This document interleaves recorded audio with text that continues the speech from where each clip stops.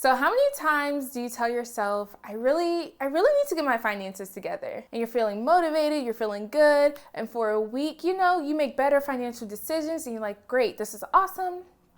And then it goes away. By the next week, it's out the window. And then this starts to feel like a pattern, like a hamster wheel of trying to get your finances in order, but for some reason, it's not going the way you planned. And you never quite feel like you're making progress. I think that this is something that a lot of us can relate to, which is why today I want to talk about the 5 things that you can do to actually finally stick to your personal finance goals. I love to see people win. I love to see people win financially. So today I'm sharing my best tips, and these tips have helped me to pay about $50,000 of my student loan, all while saving, investing, and traveling the world. So my name is Sabrina Rainey, and on this channel we live a life that we love while planning for a life that we want, all through personal finance, travel, and lifestyle. So if you like videos like this, like, comment, and subscribe, and don't forget to like, and let's get into the video. So the first thing that we're going to talk about so that you can finally stick to your personal finance goals is firstly assessing your current financial situation and making SMART goals to address anything that you want to improve. So when you are assessing your current financial situation, you want to ask yourself, what are the crucial things that we need to improve? Do you have a substantial emergency fund? Are you spending more money than you're actually making? Do you have high interest debt that you need to pay off? So these are all some of the questions that you really want to ask yourself as you are doing your financial assessment. And once you identify the things that you want to improve, the next thing you want to do is make sure that you make SMART goals to address them. So a SMART goal is something that is specific, measurable, attainable, relevant, and time-bound. So your goal shouldn't be, oh, I want to have an emergency savings fund, because with that statement, there's really no time-bound limits and there's no way to really measure your success. Instead of just saying a general statement like that, you want to say something like, in 12 months, I want to save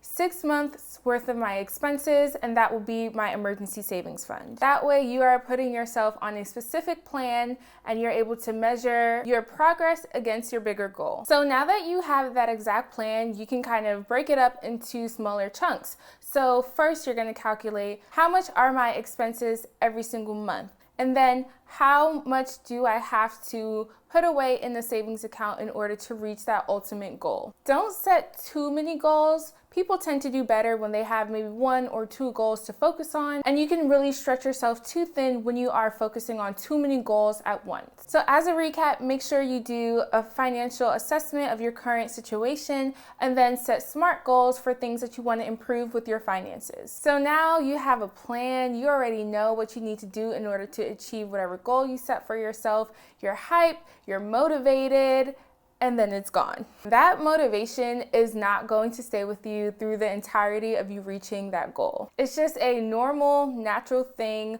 A lot of times when you first set a goal for yourself, you're very pumped, you're hyped, you're excited, and then as you continue to go along in that process, you kind of lose motivation, and it's just normal. And that's why the next thing we're going to talk about is not relying on motivation, discipline, willpower for you to reach your financial goals. Instead, we are relying on automation and processes. When I graduated college, I had $83,000 of student loans. When I finally started paying off my student loans, I would manually go into the system, click that submit payment button, and that would be how I paid my loans. So when I was doing that, I was not consistent at all. I would either forget, or I would tell myself, I could use this money for so many other things.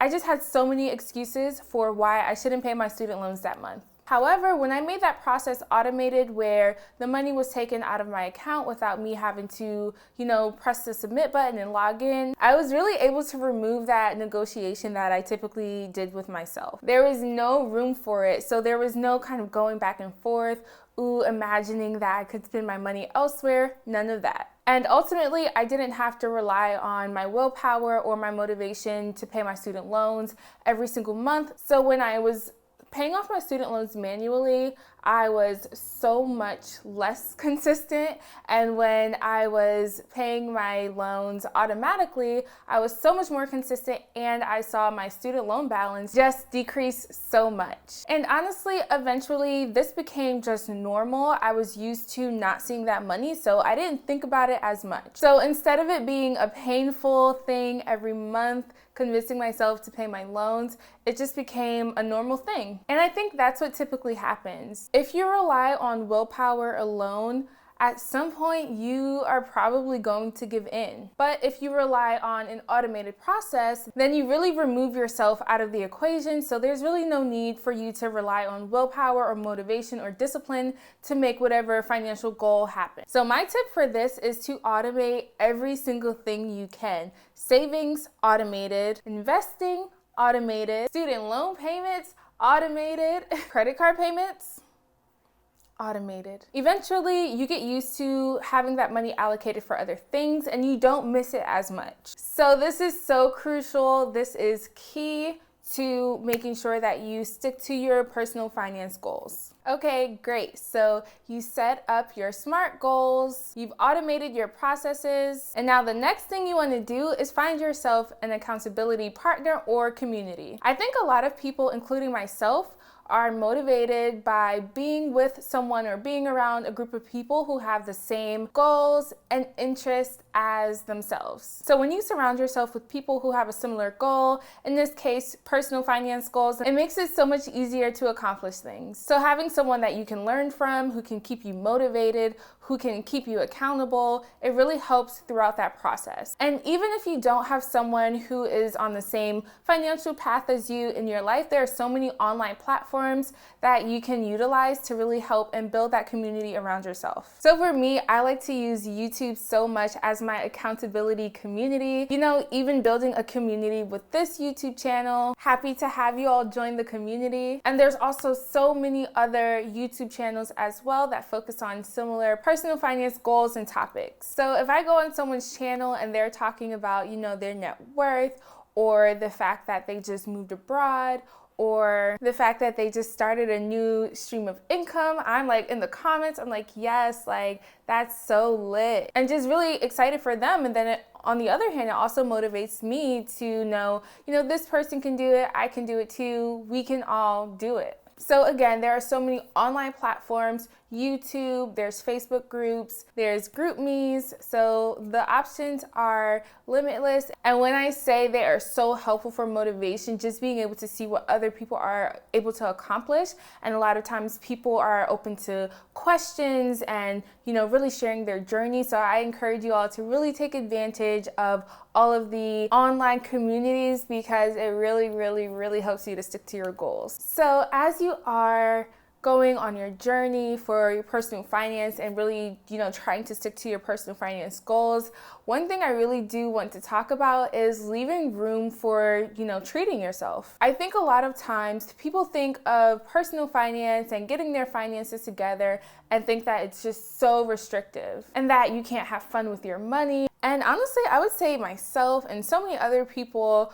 are living proof that money management does not have to be so restrictive. Personally, I think that I like to have a lot of fun. I like to hang out with my friends. I like to see my family. I like to travel. And I have been able to do all of those things, and probably even more of those things due to money management. And honestly, that's also the reason that so many people are getting into money management and personal finances, because those are the things that, you know, we love to do and we want to do more of them. A lot of times improper money management is the reason that we aren't able to do a lot of those things. So I say that all to say, yes, stick to your personal finance goals, but while you are on that journey, make sure to leave room for fun and for treating yourself. So let's say your goal is to build an emergency savings fund. Well, maybe you use 6 months to build an emergency savings fund, and then the next 6 months you use to save for a vacation. So that way you still achieve your goal, but now you leave room for something that you really wanted to do. So I just, want to say, if possible, make sure to leave some room in your personal finance goals for you to have fun, for you to treat yourself. Whether it's something super small, whether it's something big, make sure that it is budget friendly and that it doesn't hinder you from reaching your goals. As you are on this journey of reaching your finance goals, you always want to make sure that no matter what, you keep moving forward. You are not going to do everything perfectly on this journey. I know I haven't. I know watching other people on YouTube, they haven't, and that is completely fine. I think what the main goal here is that you keep on moving forward regardless. Things are going to happen that are not in your control. You're going to experience setbacks, and it just is what it is. But your goal should be being committed to your personal finance journey and then just trying to get 1% better. You got this. So I hope you enjoyed this video. I know it is not always easy when you are trying to stick to your personal finance goals. Trust me, I know. But let me know in the comments below what you've done to either stick to your personal finance goals or let me know what your current challenges and roadblocks are. Thank you so much for watching, and I'll see you all next week.